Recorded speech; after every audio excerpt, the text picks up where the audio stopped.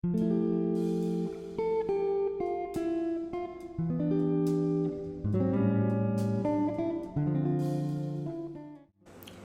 my name is Apple Sershi and welcome to A is for Art History. Today we'll be discussing the evolution of Cubism. From 1908 to 1914, Cubism evolved from analytical to synthetic, pioneered by the artists Picasso and Braque. Painting during the Belle Epoque, a time of great prosperity in France, and amongst contemporary avant-garde artists, both were in an environment which facilitated, if not encouraged, a more radical approach to art. Largely inspired and developed from Expressionism, both artists looked to Cézanne in constructing the three defining characteristics of Cubism: multiple viewpoint, multifaceted form, and a muted color palette. As Cubism evolved, each characteristic was exaggerated and pushed to its limits due to further influences such as critical writings and scientific theories. By chronologically examining Braque's Houses at L'Estaques, 1908, Picasso's Man Smoking a Pipe, 1911, Still Life with a Chair, 1912, it will become evident that the evolution of Cubism was an organic metamorphosis guided by intellectual, historical context. Braque's Houses at L'Estaques, 1908, is often regarded as the first analytical Cubist work, clearly displaying the three characterizing features of the Cubist movement. Perhaps the most explicit characteristic present in Braque's work is his reduction of form into geometric shapes. This is evident due to the lack of disparity between the houses and rock formations, which seamlessly blend into one another due to the similar jagged edges and crisp black outlines.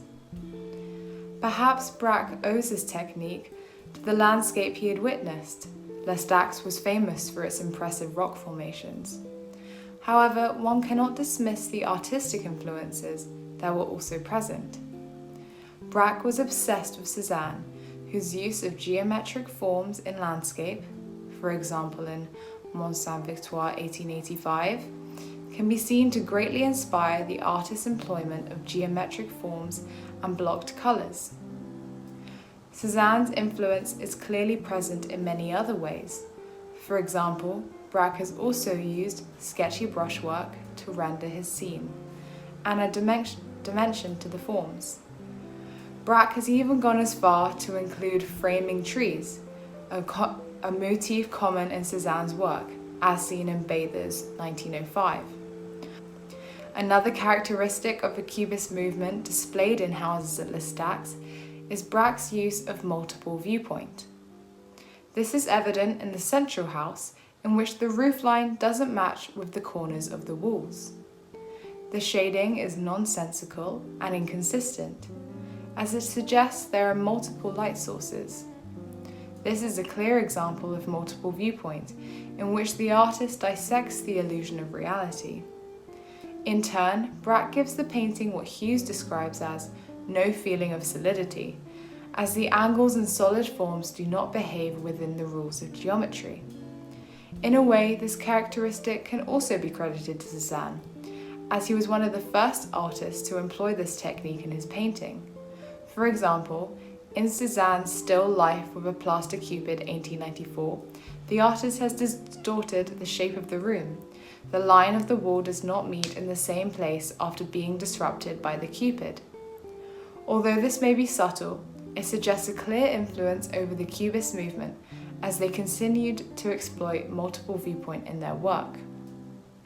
Due to this clear influence from Cézanne, it is possible to build the case that early analytical Cubism was not entirely innovative and, in fact, a natural expansion of Expressionism. As the movement developed, however, both Braque and Picasso continued to exaggerate the defining characteristics of their new style. Acting as a natural development from early analytical Cubism, Picasso's Man Smoking a Pipe, 1911, marked an evolution towards high analytical Cubism, as the artist employed multiple facets and a high level of abstraction.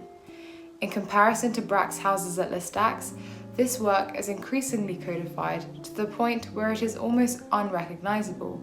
One must rely almost entirely on the title to understand the subject. Linton describes this work as an unstable, flickering arrangement of shapes, largely due to Picasso's bewildering reliance on line, shape, and tones of colour to render form rather than using the illusionistic tradition of creating forms to represent reality.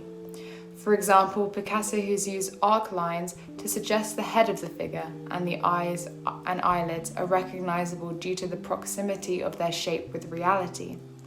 It can be argued that the pipe, shown at the centre of the top third of the painting, is the most and perhaps only distinguishable form in the painting. It has been painted to look like a pipe, the contours are uninterrupted, and is made more detectable through its light contrast, light colour against a dark background. Similarly, the moustache above is recognisable due to its shape. However, this may largely be credited due to its proximity to the pipe, and thus the assumption that a pipe sits in the figure's mouth. This process of codification is part of the Cubist desire to simplify and geometricize form, which, as seen previously, is largely inspired by the work of Cézanne. To further this process, Picasso has used a muted and limited colour palette to place an emphasis on the distorted space and forms. Moreover, Picasso has also used multiple viewpoint to show his figure. This is clearly shown in the man's face, in which the eyes do not level and the arcs of the head suggest the artist has viewed the sitter from multiple perspectives. It is clear that Picasso has employed the three defining characteristics of Cubism to this work, however, has continued to push these features to their limits. This may have been inspired by Einstein's theory of relativity, in which he discussed how space may be manipulated in a way not seen before, and in turn intellectualized the Cubist movement and rationalized their fragmentation of shapes. This can be seen through Picasso's use of dark outlines in the right edge of the painting to form an abbreviated wine bottle, using line and transparent planes to render the object, a feature not yet seen before in the Cubist movement, and yet something that will continue to be used. Raynal's 1912 article entitled Concept and Vision characterized the difference between perceptual art and the superior conceptual art. In turn, this sparked synthetic cubism, a movement in which Picasso proposed to paint what you see, not what you know is there. This concept is best exemplified by Picasso's still life with a chair caning 1912. Picasso has chosen to depict a table in a cafe, however shows this recognizable image in a distorted and abstracted way. Characteristic of Cubism, Picasso has continued to use multiple viewpoints. However, in the wake of Raynal's article, this technique can be seen as highlighting the artist's direct and personal experience with objects. For example, at the center of the top third of the painting, the artist has painted a stemmed glass of beer. The top and bottom of the glass is shown from an aerial perspective, and yet the edges are shown from the side. Moreover, the stem is shown to rise up through the glass, piercing the sphere, suggesting it has been seen from a lower perspective. Once again, Picasso has also used a muted color palette to place an emphasis on the forms and distorted space. The most innovative feature of this work is the artist's use of collage, a technique which characterizes the synthetic style. To represent the seat, Picasso has substituted a real chair caning with an imitation of the object on paper. Although one could argue that this is a more honest representation of the object, it is clearly deceptive, as the viewer is given a substitute linked to the object it represents.